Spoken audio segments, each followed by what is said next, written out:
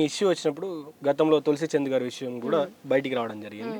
So తులసి చంద్ గారి విషయంలో స్పందించినటువంటి పోలీసులు మరి మీ విషయంలో స్పందించారా? ఎట్లా ఉన్నది పరిస్థితి పోలీస్ స్టేషన్లో? పోలీస్ స్టేషన్ విషయం అదే రియాలిటీని చెప్తాను నేను జనరల్గా మా విషయం అని కాకుండా. సైబర్ క్రైమ్ అనేసరికి ఐటీ యాక్ట్స్ ఉంటాయి కాబట్టి అక్కడ ఈ లోకల్ పోలీస్ స్టేషన్లలో ఉండే విధానం ఉండదు. సో అక్కడ పట్టుకోవడం అనేది సాధ్యం అవ్వచ్చు, అవ్వకపోవచ్చు. పోలీసులు ఏం చెప్తారంటే ముఖ్యంగా ఈ ట్రోలింగ్ విషయం వచ్చేసరికి మీరు ఇవ్వండి, కంప్లైంట్ ఇవ్వండి, మీరు ట్రోలింగ్కి గురవుతున్నటువంటి అకౌంట్స్కి సంబంధించిన యూఆర్ఎల్స్ అవన్నీ ఇవ్వండి, మేము మెటాకి ఒక రిక్వెస్ట్ పెడతాము, వాళ్ళ ఒరిజినల్ ఐపీ అడ్రస్లని మాకు పంపిస్తారు కదా, ఇండియాలో ఎక్కడున్నా పట్టుకొస్తాం, బట్ వేరే దేశంలో ఉంటే పట్టుకొని రాలేము అని చెప్తారు వాళ్ళు. ఇట్లా చెప్తారు ఫస్ట్ ఆఫ్ ఆల్. సో వేరే దేశంలో వాడు ఉన్నాడు అంటే ఇక మనం కామ్గా ఉండాల్సిందే.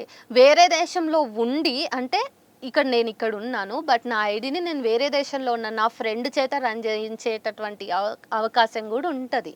సో ఇది పోలీసులు చెప్పినటువంటి అంశం. సో ఇలాంటి అవకతవకలు ఖచ్చితంగా జరుగుతూ ఉంటాయి. సో దీనికి పోలీసులు ప్రయత్నం చేస్తామంటారు, బట్ అంత సీరియస్నెస్ ఉండొచ్చు, ఉండకపోవచ్చు, తీవ్రతను బట్టి ఉంటుంది. అందుకనే ట్రోలింగ్స్ మీద మనం రెగ్యులర్గా మాట్లాడాలి.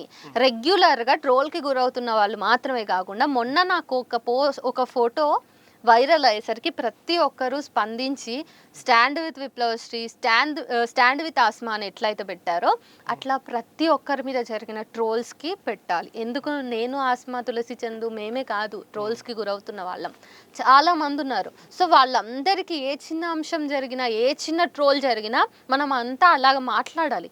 మనం అట్లా మాట్లాడుతూ రెగ్యులర్గా మీటింగ్స్ పెట్టుకుంటూ ఉండటమే కాక మనం పెట్టే మీటింగ్స్కి అన్ని పొలిటికల్ పార్టీస్ని ఇన్వైట్ చేయాలి.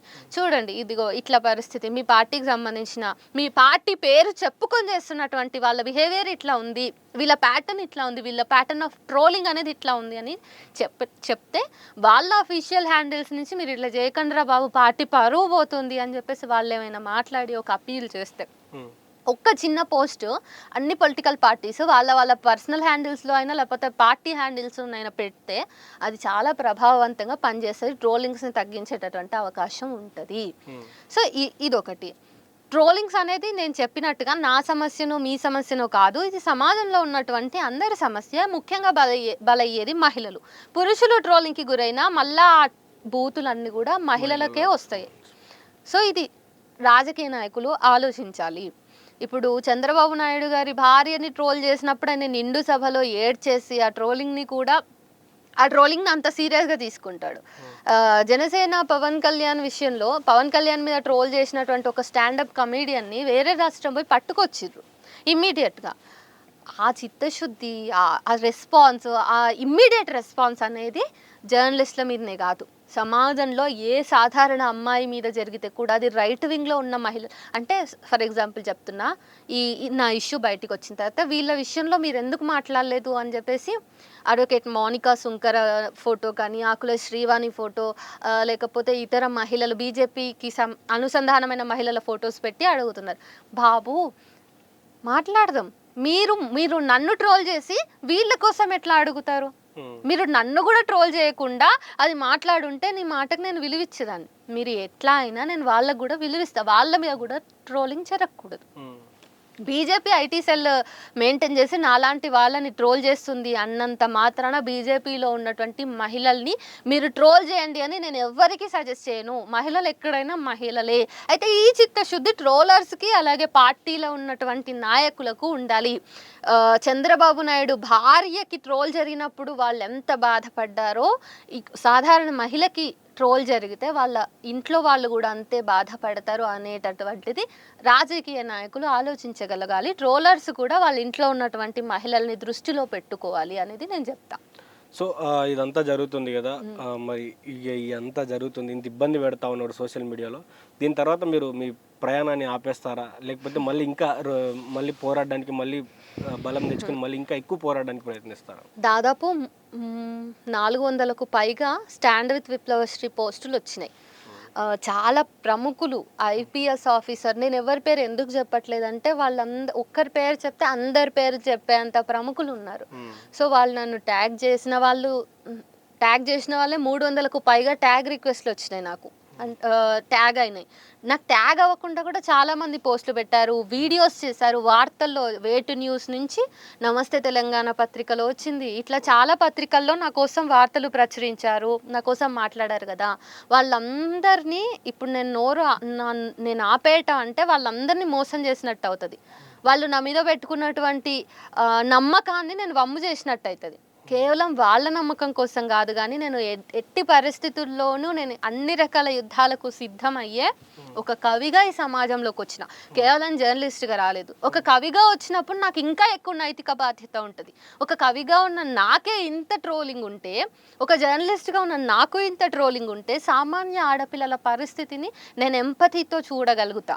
సో ఆ పిల్లల్లో నన్ను చూసుకోగలుగుతా. కాబట్టి నేను ఆ విషయంలో ఇంకెక్కువ స్ట్రాంగ్ అవుతా. నేను స్ట్రాంగ్ అవడమే కాక నా చుట్టూ ఉన్నటువంటి మహిళల్ని స్ట్రెంథెన్ చేయడానికి నేను పనిచేస్తా. పోరాటం కొనసాగుతానే ఉంటుంది. ఈ 2-3 days మీరు డిప్రెషన్ మోడ్లోకి వెళ్ళారని కూడా తెలిసింది. ఏమన్నా అట్లాంటిది ఏమన్నా ఉందా? డిప్రెషన్ లాంటిది ఏమన్నా? డిప్రెషన్ లాంటివి ఉండవు. అయితే నేనేంటి, నాకు వీటిని ఫస్ట్ ఎప్పటి నుంచో ట్రోలింగ్స్ ఎదుర్కొంటున్నా. నాకు ఫస్ట్ టైం వైరల్ అయింది నా ట్రోలింగ్ అనేది. దాన్ని ఎట్లా డీల్ చేయాలో నాకు అర్థం కాలేదు. థ్యాంక్స్ చెప్పాలా ఇప్పుడు నేను థ్యాంక్స్ చెప్పాలా చెప్పొద్దా, నేను సైలెంట్గా ఉండాలా, ఈ నిమిషం నేను ఎట్లా బిహేవ్ చేయాలని నాకు మద్దతు ఇస్తున్న వాళ్ళు ఎక్స్పెక్ట్ చేస్తారు అనేటటువంటిది ఒక కన్ఫ్యూజన్ నాకు ఉండే అన్నట్టు. సో నేను 3 days ఎవరితో మాట్లాడలేదు.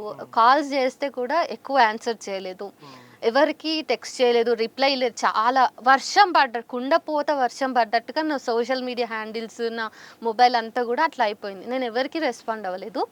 ఎవరు వాయిస్ అడిగిన జర్నలిస్టులు కూడా నేను ఇవ్వలేదు. అయితే నేను ప్రెస్ క్లబ్లో మాట్లాడిన తర్వాత నేను మేబీ దీన్ని డీల్ చేయడం నాకు అలవాటు అవుతుంది అనుకుంటా. సడన్గా ఇట్లా నేను ఫేస్బుక్ ఓపెన్ చేస్తే నేనే కనిపిస్తున్నా, ఏదో ఓపెన్ చేస్తే నేనే కనిపిస్తున్నా. ఇట్లా నేను మాత్రమే కనిపించొద్దు కదా. నా ముఖం ఎంతమంది ట్రోలింగ్కి గురవుతున్న మహిళలను అడ్డుకుంటోంది అంటే వాళ్ళ మొహాలు కూడా కనిపించాల్సినవి. ఎందుకు వాళ్ళ మీద కూడా ట్రోలింగ్ సేమ్ టైం జరుగుతుంది. అస్మా మీద జరిగినటువంటి ట్రోలింగ్కి సంబంధించిన ఫొటోస్ నేను జీర్ణించుకోలేకపోయినా. తను ఫైట్ చేయాల్సినటువంటి అంశాలు 2 ఉంటాయి. మతం విషయంలో ఉంటుంది, ట్రోల్స్ విషయంలో ఉంటుంది. ఇక తన వ్యక్తిగత జీవిత పోరాటం ఆమెకి ఎప్పుడు ఉండేదే ఉంటుంది. సో ఆమె ఫొటోస్ నాకు ఇంకా అశ్లీలంగా అనిపించినాయి, నాకు ఇంకా అసభ్యకరంగా అనిపించినాయి. ఆమెని లిటరల్గా నాకు హగ్ చేసుకొని ఆమెకి నేను మద్దతుగా నిలబడాల్సిన సందర్భం, నాకు అందరూ మద్దతుగా నిలబడాల్సిన సందర్భంగా నేను చూడట్లేదు. మిమ్మల్ని అందరినీ దేశద్రోహులు అంటా ఉన్నారు వాళ్ళు. మిమ్మల్ని ఎవరెవరైతే ప్రశ్నిస్తూ ఉన్నారో, ఆర్ఎస్ఎస్ని, బీజేపీ ప్రశ్నిస్తూ ఉన్నారో దేశద్రోహులు. ఇప్పుడు ఆమె బుర్కా వేసుకుంది కాబట్టి ఆ మతాన్ని చూపెట్టి ఆమె పాకిస్తానీ అంటా ఉన్నారు. ఎట్లా చూస్తారు ఈ మాటలు? అయితే నేను ఎన్ని చెప్పినా బుర్కా విషయంలో కానీ, ఆ అమ్మాయి విషయంలో కానీ, తను మొన్న మాట్లాడినటువంటి మాటలకి నేను ఏ రకంగా కూడా సరిపోను. ఆమె బుర్కాని బలిసినోళ్ళ బుర్కా కాదు ఇది, నా పేదరికాన్ని దాచే బుర్కా, నా కష్టాలను దాచే బుర్కా అని చెప్పింది ఆమె. ఎంత ఎమోషనల్ వర్డ్స్. నా విషయంలో నేను ఎమోషనల్గా ఫీల్ అవ్వలేదు, నేను ఆమె విషయంలో ఎమోషనల్గా ఫీల్ అయినా నేను ఆ సందర్భంలో. సో ఆమె ఇచ్చినటువంటి ఆన్సర్ అనేది out right left and right ఇచ్చింది. ఎవరైతే దేశద్రోహులు అంటారు, ముస్లింలు నిరంతరం వాళ్ళ పౌరసత్వాన్ని నిరూపించుకోవాల్సి వస్తుంది ఈ భారతదేశంలో బీజేపీ గెలిచిన తర్వాత, బీజేపీ హయాంలో. సో అది అత్యంత దారుణం. బీజేపీ గెలిచిన తర్వాత ముస్లింలు ద్వితీయ పౌరులుగా మిగిలిపోయారు. లవ్ జిహాద్ అంటారు, జనాభా జిహాద్ అంటారు, ఫుడ్ జిహాద్ అంటారు. ఎన్ని జిహాద్లను తెస్తారు? వాటికి ఒక లాజిక్ ఉండదు. లవ్ జిహాద్ మీద ఆల్రెడీ సీనియర్ జర్నలిస్టులు ఒక 3 కలిసి ఇంగ్లీష్, హిందీలో పుస్తకాలు ఉన్నాయి, ఇతర భాషల్లో కూడా ఉందనుకుంటా. లవ్ జిహాదే పుస్తకం పేరు. అది నేను చదివి దాని మీద రివ్యూ చేయటమే కాక మాట్లాడినా కూడా. మలుపు పబ్లికేషన్స్ వాళ్ళు దాన్ని తీసుకొచ్చారు తెలుగులో. సో ముస్లింల మీద నిరంతర దాడి అనేది కొనసాగుతూ ఉంది. వాళ్ళ పౌరసత్వం మీద దాడి జరుగుతూ ఉంది. ఈ బంగ్లాదేశీలు అనటం, రోహింగ్యాలు అనటం, ఓల్డ్ సిటీలో ఎక్కువ మంది రోహింగ్యాలు ఉన్నారు అనటం, ఇవన్నీ ఆకోవలకు వస్తాయి. బట్ తను బెస్ట్ ఆన్సర్ ఇచ్చింది. ఆ విషయంలో నేను తనకి బోల్డ్ అని ప్రేమల్ని చెప్తున్నా. ఇకపోతే మీరు దేశద్రోహులు అనేది ఏదో అన్నారు, మీకు రాజద్రోహం కేసు తెలుసా? పోనీ యూఏపీఏ కేసుల గురించి తెలుసా? అంటే దేశ సార్వభౌమత్వాన్ని లేదంటే దేశంలో ఉన్నటువంటి దేశానికి సంబంధించి మనం ఏదైనా తప్పుగా ప్రవర్తిస్తే, దేశానికి ఆటంకమైనటువంటి దేశానికి వ్యతిరేకమైనటువంటి చర్యలు, దేశానికి ద్రోహం చేసే చర్యలు చేస్తే అలాంటి కేసులు పెడతారు.